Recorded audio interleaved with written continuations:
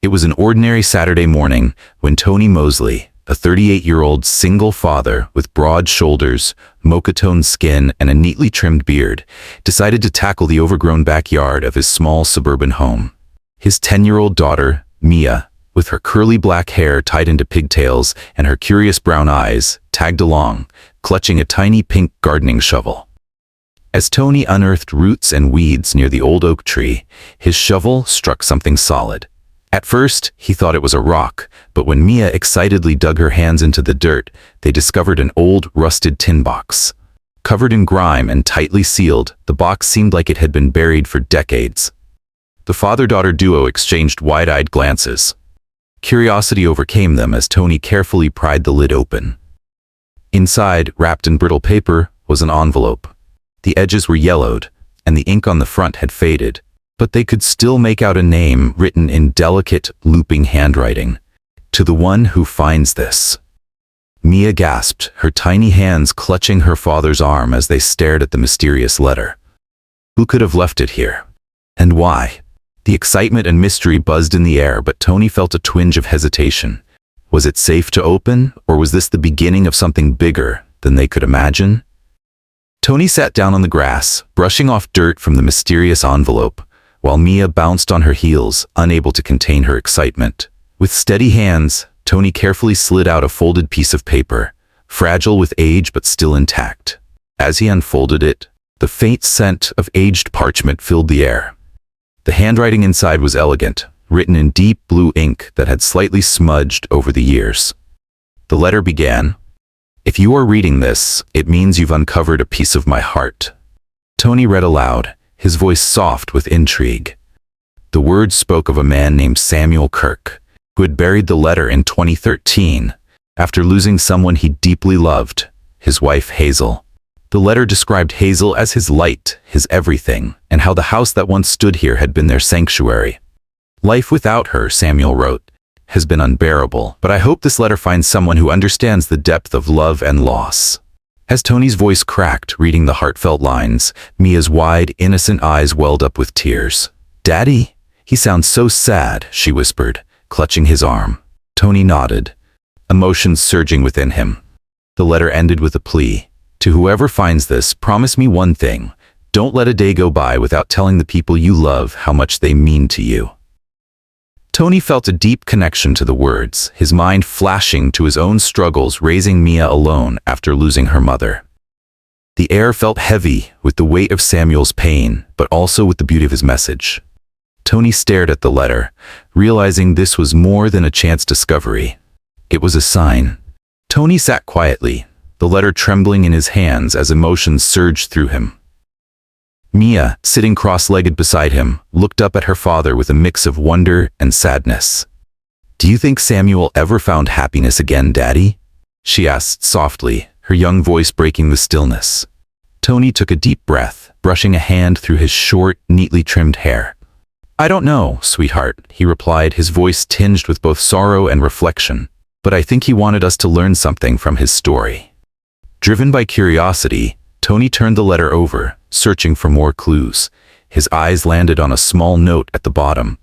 "If anyone finds this, I buried another piece of my heart in the tree hollow nearby."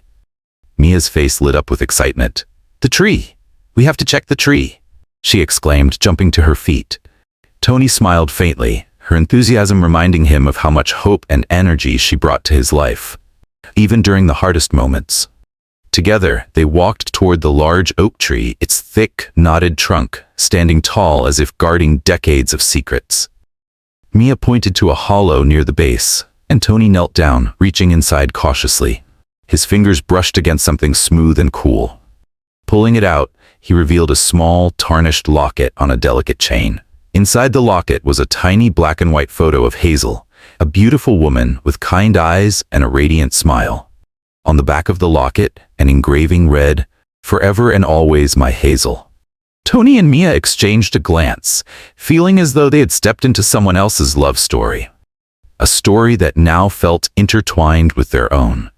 The air around them grew thick with emotion as Tony clutched the locket, thinking about the moments he had taken for granted with Mia's mother and the promise Samuel had asked them to keep. Holding the locket, Tony felt a wave of emotions flood over him. Grief, gratitude, and an unexpected sense of connection. He stared at Hazel's photo, her warm smile frozen in time, and thought about the sacrifices and memories Samuel had buried along with this letter. Mia, her curious brown eyes wide, touched the locket gently and whispered, "They must have loved each other so much."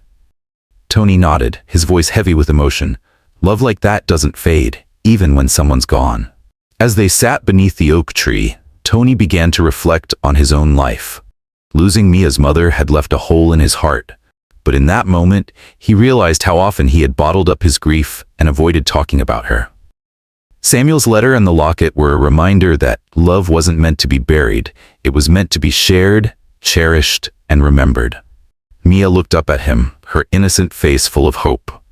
"Do you think Samuel would be happy we found this?" she asked. Tony smiled softly, his mocha-toned skin catching the sunlight filtering through the tree branches. "I think he'd be happy knowing his love story inspired us to hold on tighter to what matters."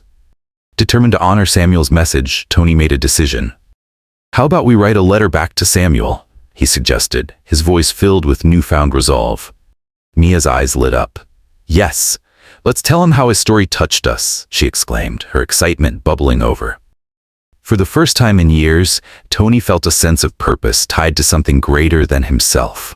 Samuel's love and loss had reached across time, changing the way Tony viewed his own struggles and reminding him to cherish every moment with Mia.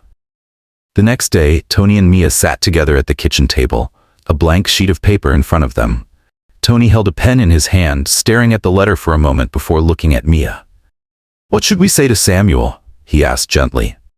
Mia, her curly black hair bouncing as she leaned forward, said, "Let's tell him we're going to share his message with everyone, so his love for Hazel never fades." Tony smiled, proud of his daughter's kind heart. Together, they began to write. They shared how Samuel's letter had reminded them of the importance of cherishing love and the people they hold dear. They promised to carry his message forward, to live with open hearts, and to treasure the moments that truly matter. Later, they returned to the oak tree, placing their letter and a photo of Tony and Mia into a new tin box. They buried it beside the spot where they'd found Samuel's message, sealing it with a quiet promise to honor his love story. As they stood under the sprawling branches, Tony looked at Mia, his voice full of emotion. "This isn't just Samuel's story anymore. It's ours too. And now, it'll be part of someone else's someday." Mia grinned, her small hand slipping into her father's. The sunlight poured through the tree branches, wrapping them in a warm, golden glow. As they walked back to the house, Tony felt a lightness in his chest, a sense of healing he hadn't felt in years. Samuel's love had reached through time to remind him of what truly mattered: family, connection, and the power of holding on to love. What would you do if you found a letter like Samuel's in your backyard? Would you open it? Let us know in the comments, and don't forget to cherish the people you love today.